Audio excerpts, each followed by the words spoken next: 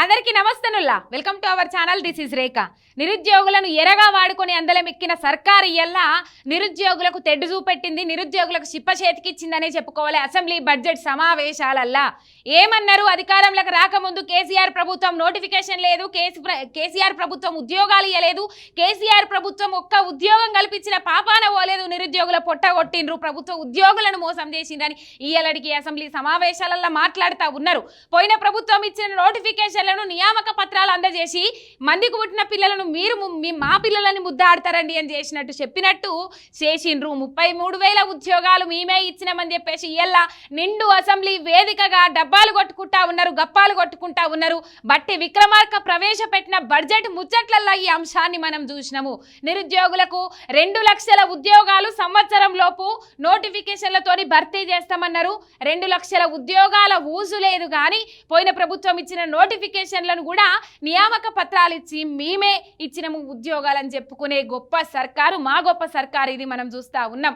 నిరుద్యోగుల పక్షాన పోరాడుతుంది, కొట్లాడుతుంది, నిరుద్యోగులకు ఉద్యోగాలు ఇస్తారు అని చెప్పేసి అరచేతుల వైకుట్టం చూపెట్టిండ్రు, అంగు ఆర్భాటం చేసిండ్రు. ఎల్బీ నగర్ స్టేడియం వేదికగా నియామక పత్రాలు అందజేసిండ్రు. ఆ నియామక పత్రాలు ఇచ్చిన వాళ్ళకు ఇదివరకు జీతాలు ఇచ్చిన పాపాన పోలేదు ఈ సర్కారు. సరే, పోయిన తాప ఇచ్చిన నోటిఫికేషన్లు ఈ సర్కారు ఇచ్చిన ఉద్యోగాలు ఎట్లయితుందో వాళ్ళ చిత్తశుద్ధికే వదిలేద్దాం. ఇక ఈ అంశాన్ని నిరుద్యోగులకే వదిలేద్దాం. నిరుద్యోగులకు ఆశ చూపెట్టి సంవత్సరం లోపు 2 లక్షల ఉద్యోగాలు భర్తీ చేస్తామని అన్నారు. ఇయ్యల్లా 8 నెలల పొద్దవుతుంది, కనీసము 1000 ఉద్యోగాలు ఇచ్చిన పాపాన పోలే, 1000 ఉద్యోగాలకు నోటిఫికేషన్లు కూడా ఇచ్చిన పాపాన పోలే. ఒక్క గ్రూప్ 1 నోటిఫికేషన్ పోయిన ప్రభుత్వంలోనే వచ్చింది. అది పలు కారణాల వల్ల రద్దు చేసి మళ్ళీ కొత్త నోటిఫికేషన్ వేసిండ్రు. కొత్త నోటిఫికేషన్లో పోస్టులు ఏమాత్రం పెంచలేదు. ఇప్పుడు గ్రూప్ 1 బాధితులందరూ, గ్రూప్ 1 పరీక్ష రాసిన వాళ్ళందరూ 1:100 రేషియోలో అభ్యర్థుల ఎంపిక చేయాలని చెప్పేసి పట్టుబట్టి కూర్చుంటే అది టెక్నికల్ ఇష్యూస్ వస్తాయి, లేకపోతే ఇబ్బందికరమైన పరిస్థితులు వస్తాయి అని చెప్పేసి దాన్ని మభ్యపెట్టే ప్రయత్నం చేస్తూ ఉన్నారు. పక్క రాష్ట్రాలలో సాధ్యమవుతుంది 1:100 రేషియో, అందరికీ న్యాయం జరగాలి, అందరికీ ఇబ్బందికరంగా ఉండకూడదని చెప్పేసి నిరుద్యోగులు రోడ్డు ఎక్కిండ్రు. ఆ 1:100 రేషియో గ్రూప్ 1 ప్రిలిమ్స్ పరీక్షలు అయిపోయి మెయిన్ పరీక్షలకు సిద్ధమైతా ఉన్నారు. వాళ్ళు అట్లున్నారా?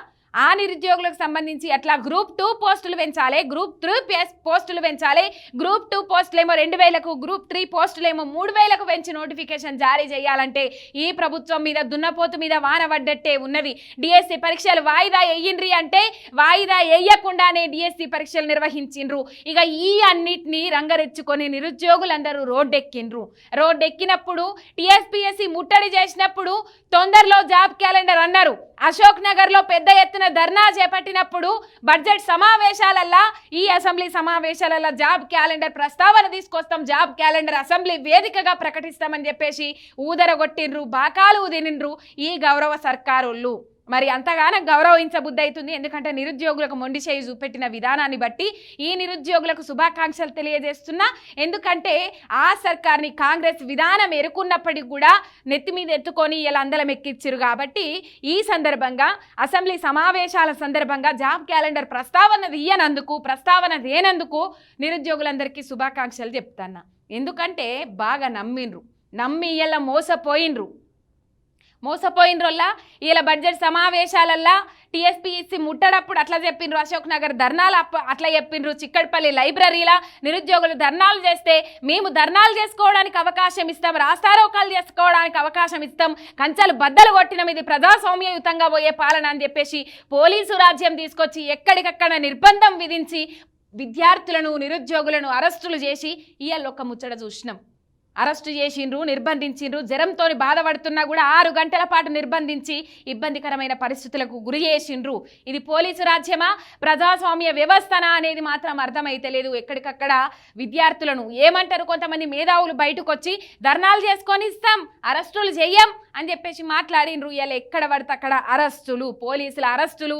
ఉస్మానియా క్యాంపస్ అయితే ఉద్యమాన్ని తలపించేటట్లు, మరో తెలంగాణ ఉద్యమాన్ని తలపించినట్లు, ఉద్యమంలో లేని నిర్బంధం కూడా మొన్నటిదాకా దాకా ఉస్మానియా క్యాంపస్లో చూసినాం, ఎవరిని అడుగు పెట్టనీయలేదు, ఎక్కడికక్కడ ముందస్తు అరెస్టులు చేసిండ్రు. ఇక చేస్తుంది యాగ చేస్తుంది అని ఎదురు చూసిన వాళ్ళ నోట్ల మన్ను కొట్టిండ్రు, ఆశలు అడియాసలు చేసిండ్రు ఈ కాంగ్రెస్ సర్కారోళ్ళు. నిరుద్యోగుల గురించి ఒక ఊసెత్తలేదు. మొదగాలు 50,000 అన్నారు, తర్వాత మొదగాలేమో సంవత్సరంలో 2 లక్షల ఉద్యోగాలు భర్తీ చేస్తామని అన్నారు, తర్వాత 50,000.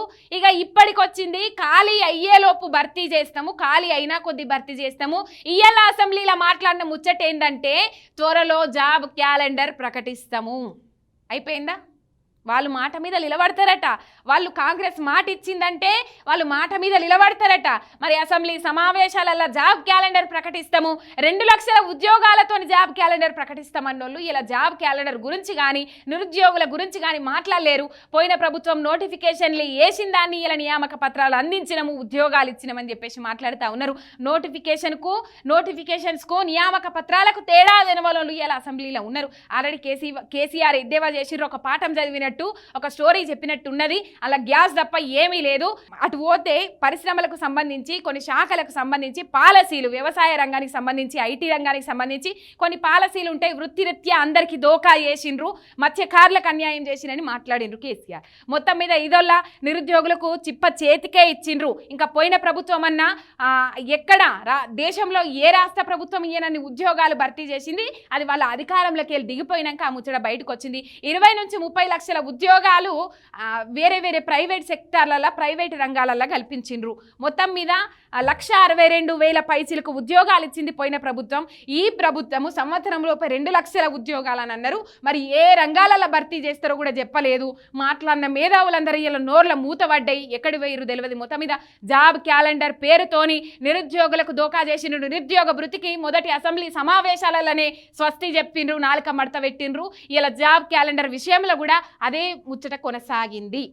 అయిపోయింది. నిరుద్యోగులు మోసపోయిండ్రు అనేది ఇక్కడ ఒకటి క్లియర్ కట్గా అర్థమైంది. ఈ ప్రభుత్వాలు అన్నలు, మీరు ఒక్కసారి అన్నలు, అక్కలు, చెల్లెండ్లు ఎవరైనా దయచేసి చెప్తున్నా, ప్రభుత్వాలు నోటిఫికేషన్లు ఇస్తలేదు, ప్రభుత్వాలు ఉద్యోగాలు ఇస్తలేదు అని చెప్పేసి వాటి మీద ఆశపడే బదులు అవ్వయ్యకి ఎంతో కొంత ఆసర కావాలి, ఎంతో కొంత సాయం చేయాలి, వాళ్ళకు మేము భారంగా మిగిలిపోవద్దు, మాకు మేమే భారంగా అనుకోవద్దు అని చెప్పేసి ఆత్మహత్యలు ఇట్లాంటి కార్యక్రమాలకు పాల్పడే బదులు ఈ రంగంలో అభివృద్ధి చెందుతున్న రంగంలో, అభివృద్ధి చెందిన ఐటీ టెక్నాలజీలా, లేకపోతే సాంకేతిక పరిజ్ఞానం పెరిగిన నేపథ్యంలో చాలా ఉద్యోగాలు, మీ చదువులకు తగ్గట్టు ఉద్యోగాలు ఉన్నాయి, కొద్ది గొప్ప అవి చేసుకుంటూ ప్రభుత్వ ఉద్యోగాల కొరకు ఎదురు చూడండి తప్ప అనవసరంగా టైం వేస్ట్ చేసుకోవద్దు. దయచేసి ఉచిత సలహాని మాత్రం అనుకోవద్దు ప్లీజ్.